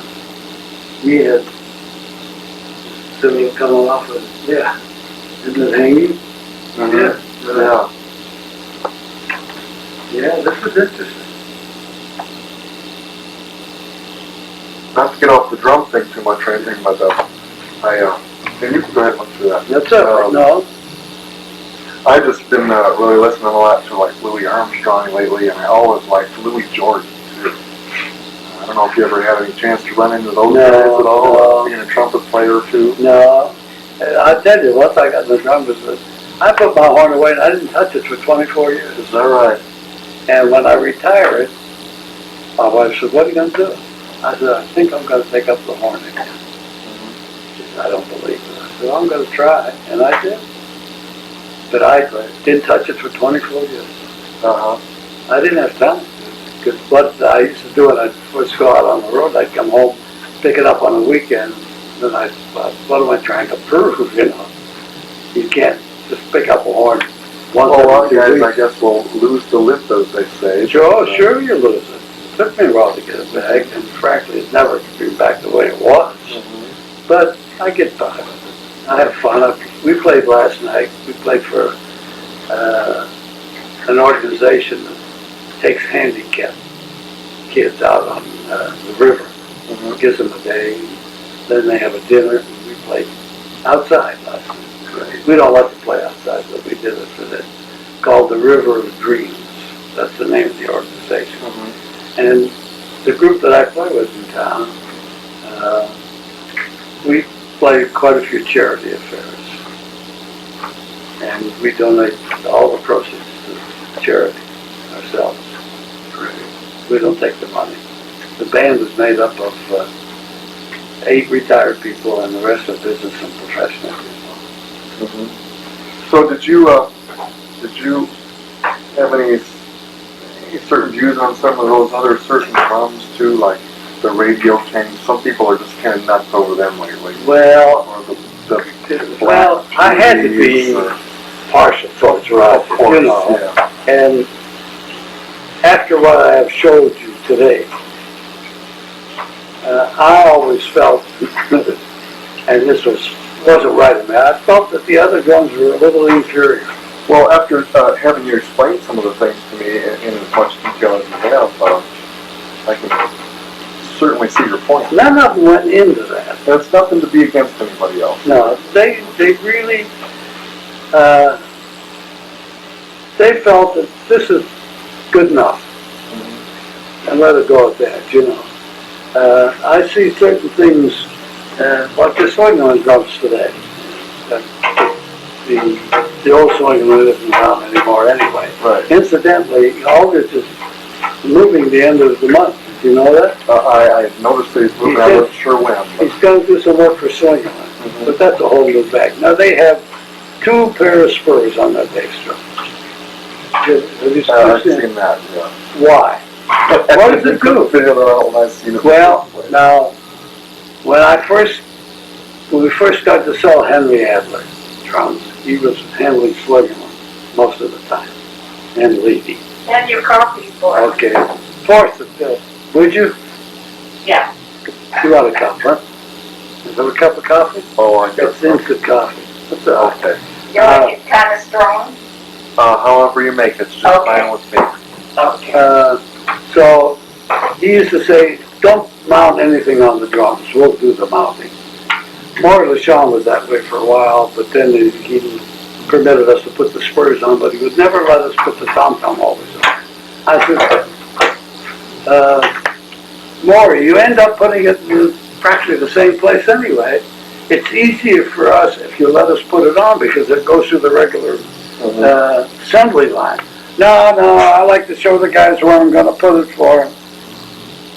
I said, put it in. I know, but this way it's personal. Okay, so they wanted it. Anyway, so Henry had a fellow working for him who used to do all the mounting. And I used to say to him, Charlie, you don't put the spurs in the right place on this drum. He said, oh, come on, I've been putting them on for years. I said, you don't put them forward enough. And I noticed that on the swinging on drums, the spurs, assuming this is the bass drum set, instead of the spurs being here, they're back here. They're back here, so they put another one back here, and the only thing that keeps the bass drum in proper function is to have the spurs and the pedal, a tripod. Once you put the pedal on, you should have a perfect tripod. So there's extra two spurs on everything out there. See, they're only in the way. In fact, they make the drum louder. Yeah, that's what I was thinking. So I used to tell cars, when you mount our stuff, put the spurs as far forward as you can. That's what they do. Right. Then your drum is like this. Then you put the pedal on, then you got your tripod. Well, you know, too, which is something I think we should bring back too.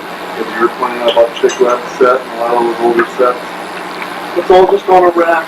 You know, everything's, they don't have a zillion stands for everything. Yeah. It's all mounted on a, Yeah, they used to have looking a console. picture. They called it a drum console. Yeah. Well, I think some company is making one of those today, isn't it? Somebody may be. Well, now they have the big racks. And Yeah. Slick snack. Oh, you're so sweet. Yeah, these are old timers. Yeah, I really didn't get involved in the drum business until 53, and I really didn't get involved professionally until 59. I overlooked filming. I was getting carried away with that sometimes. When we first started to get involved with Swift, after we made some corrections on regular drums and added a little bit to the quality and so on and so forth. And we started mucking around with the silver holder and the tilter. Somebody said, well, you got some great stuff here. You ought to market this. But I mean, really market it.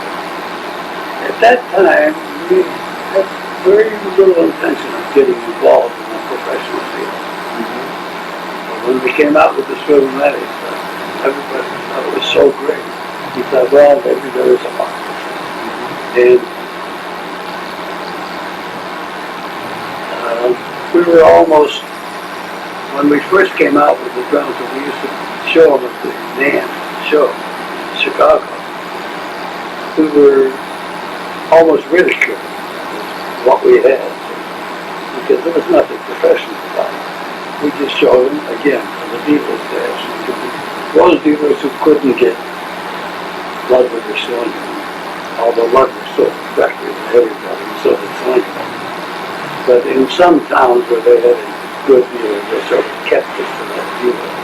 So we would get the runoffs, so to speak. That's what you do when you have a second or third line. Right. You get the guys who can't get the first line, you know.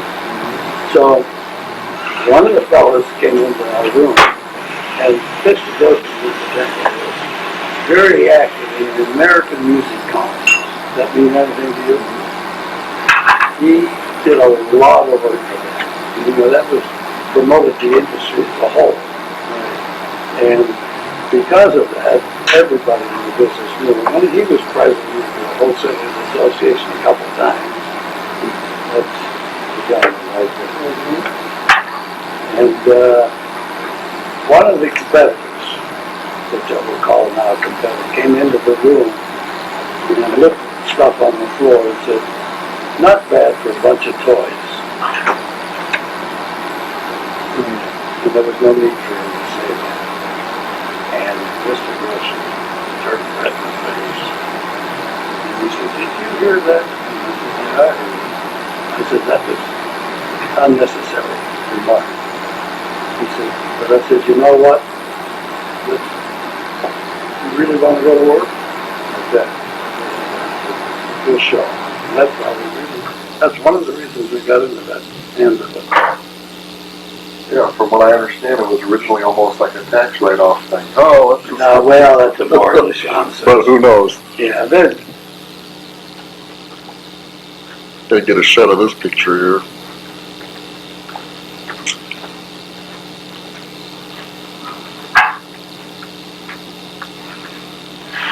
So then you guys went to work, and the rest is history, huh? yeah, then we really went to work.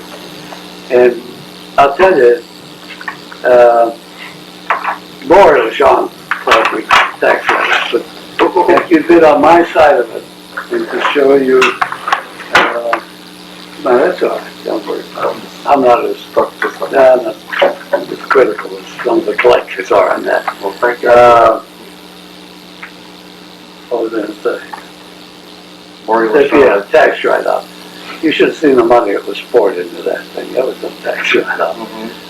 And every time Joe Thompson would say, well, Henry, you know, if we get this, I think we could save about $25,000. And then he'd say, if we get this, and Henry'd say, where's all the money you're saving? Joe, I don't see it, you know. But for 13 years, we put a lot of money into that plant. And every time you come up with something, it means new machinery. When we got part of CBS, and this is interesting, we decided it was time we come out with some new models, so we came out with the Memri-Loc stuff, which unfortunately didn't take like we thought it should have, but some of those good things. stuff too. Sure, it was good stuff. Yeah. And the big feature of that is that once you learned it, you could knock that outfit down and set it up in 5 minutes. But so many guys were so used to the Swivomatic. And what used to irk me is to say, what do you got new?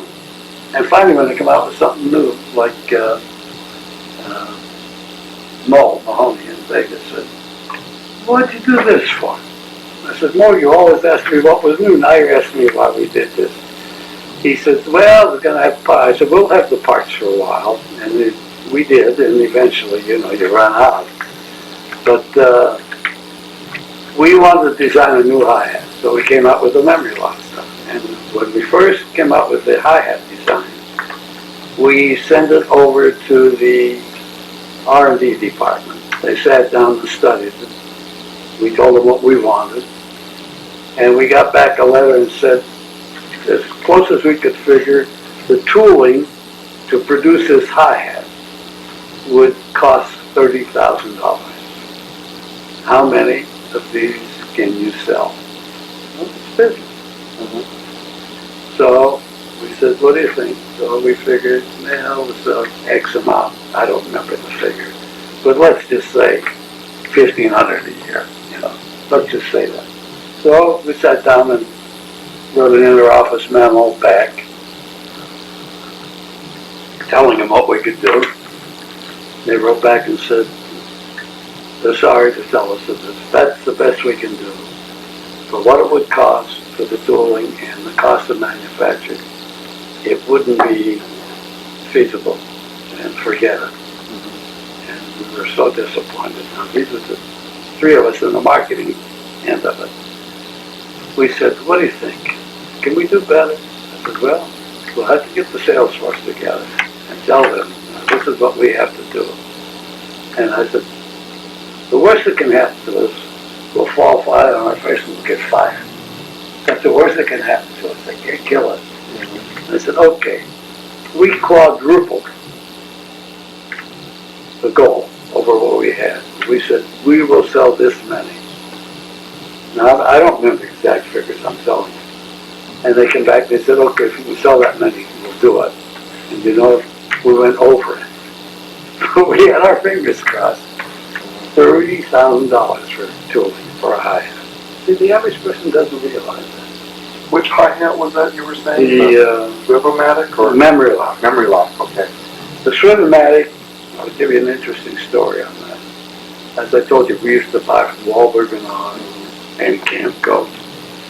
And grits, they all did. Most of them bought from Walberg Auge.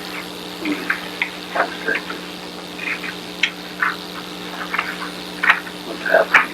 Oh, it's supposed to take that Okay. other one. So, That's me with the tape. okay, that's Don't worry about this.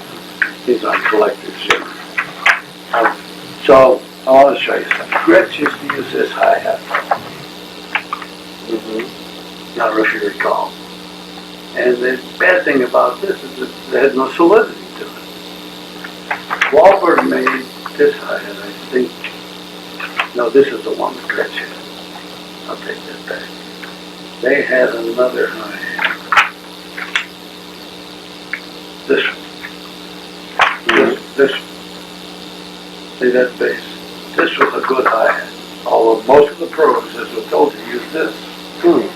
Because this is also solid. So I said, we went to Walberg and said, can you make us a hi-hat? After I did this thing I showed you about, we decided maybe blank. Spurs? Yeah. We couldn't keep up with it. We said, let's get a hi-hat made for our own. Not if you'll notice the jobs here. See, here's the Camco hi-hat. I have one of those myself. Yeah, Camco. Yep. And then this Camco, you know. Anyway, so I got a hold of Clarence Walberg, and he called his engineer and says, Ben wants us to make a hi-hat just for him. The guy said, well, what do you want? I said, we'll come up. This is on the phone. So I got Joe Thompson and myself. We got in the car and we drove from Cleveland to Worcester, Mass, which is 60 miles outside of Boston. We got in there early afternoon. We sat down and talked about it. I said, what I would like is a hi-hat, twin direct pull. I don't want this because there's no solidity to it. And I like this, except it's not a straight pull. I want something to pull straight down. What can you do for me? Well, we can make this tube double thick here. And I could run a pin through here. All of these, you come out here. And they're actually, you're pulling at an angle on the hi-hat. So, I don't know if we get this. We don't have the Swivomatic in here. Yeah.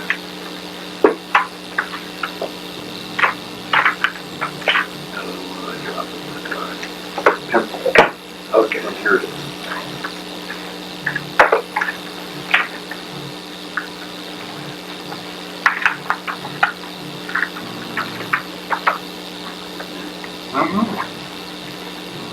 Plus, this is part of that I just showed you, that other hi-hat.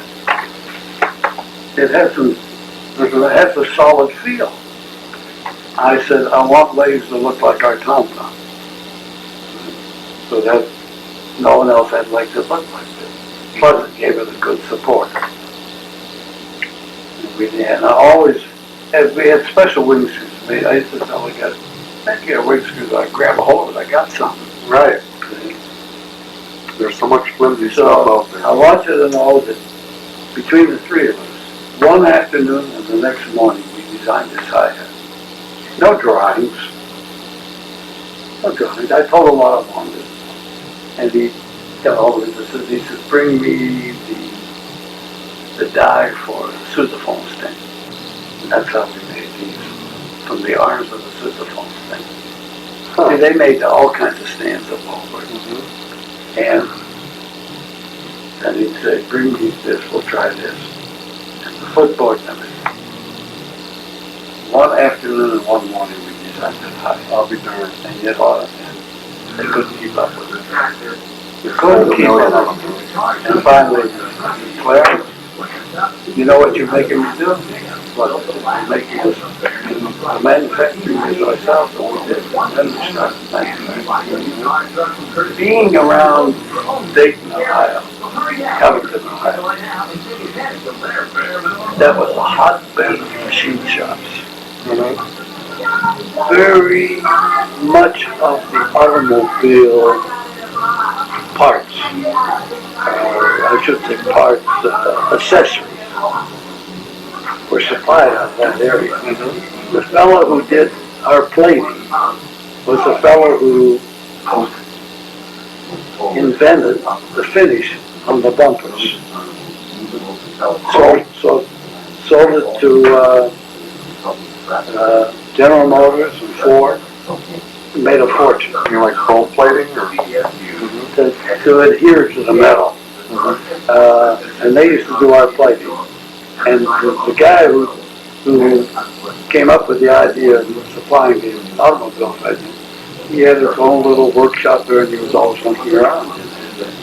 There were foundries there that made our footboards. So it sounds like you could pretty much go around all these little shops. Well, Joe knew all these guys. And he'd walk in, they were all on a first name basis. And you have to have that, because no drum manufacturer makes all this stuff. So Ludwig was lucky they had Danley, the brother-in-law. Right. Swivomatic, I don't know what, but Swivomatic and Ludwig, all of us bought from Walberg. They were the main supplier of drum accessories. Not the drums themselves, but all the accessories. What about Hamilton? Is that just another one of those? Hamilton made music stands.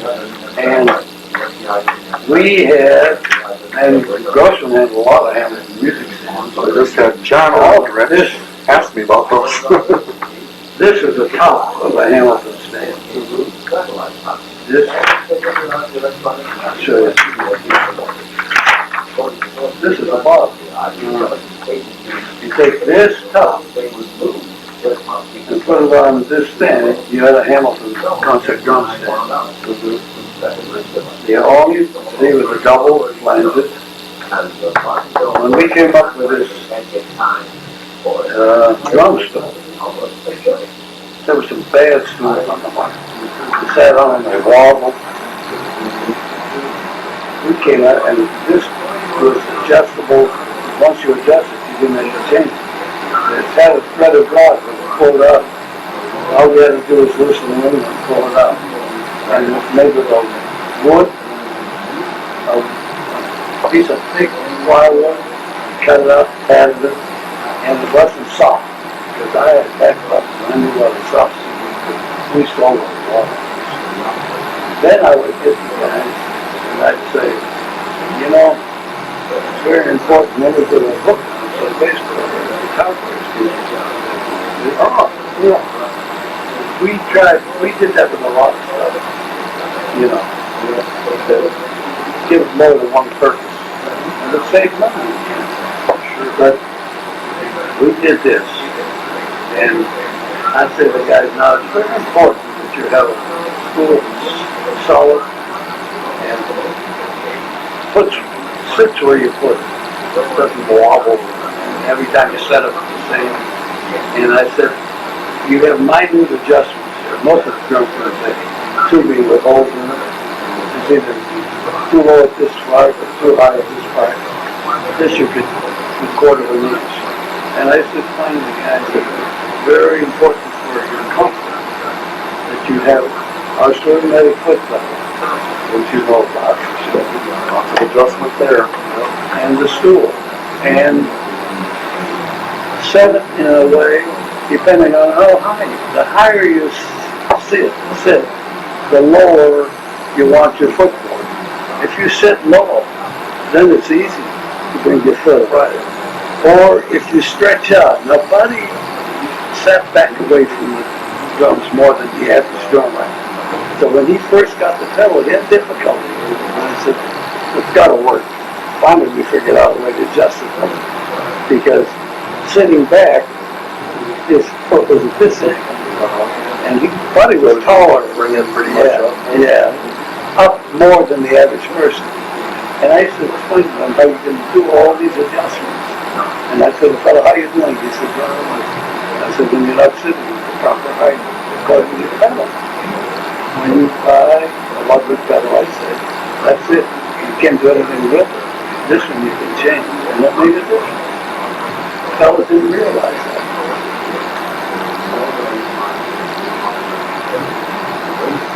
But this is so great. Now you see this, we changed the design, but it all has the same mechanism. You see how simple that strainer was made? Right. So in essence, just pretty much change the base plate. That's all. That's all. We gave it a different name. But they all work on the same principle.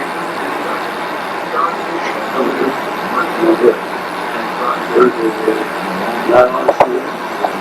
And I'll tell you, our 10 by 4 break went up upstairs. It was like a piston shot. Unbelievable.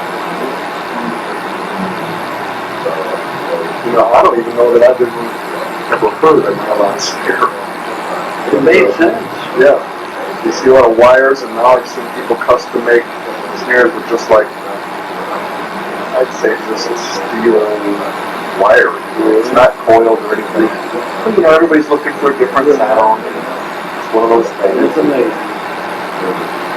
And we had a high school in Indianapolis called Ben Davis High. They had a row of 10 by 14 nylon, Dynasonic nylon frames. You could hear them 4 blocks away. I mean, crack. Because the minute you cracked it, there was I no... bet you guys must have done an awful lot of experimenting on volume and stuff too, like what makes a drum loud, what makes a drum have a certain sound. Absolutely.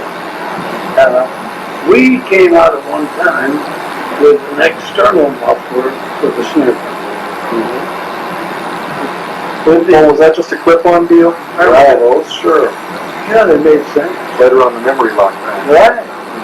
And I used to tell the guys, you know, forget the internal drum control. If you have the muffler, get yourself a piece of adhesive tape. Because I used to see these guys with the muffler sticking out through the head. And I'd say, you're ruining the drums. Yeah, but I don't like that breeze. I see it then. Yeah. I said, well, we're good to cut out the ring, but don't cut out the sound. Right. If you gotta cut out the ring, do it right. Don't put a bulge in the head. Now they have so many things too, like the dead ringers and stuff. What do you think about that, by the way? That's too much for your liking? Yeah, it's not for me, because, again, I'm not a drummer, but I'm from the bloody Louie Bellson school, where everything is open. Right.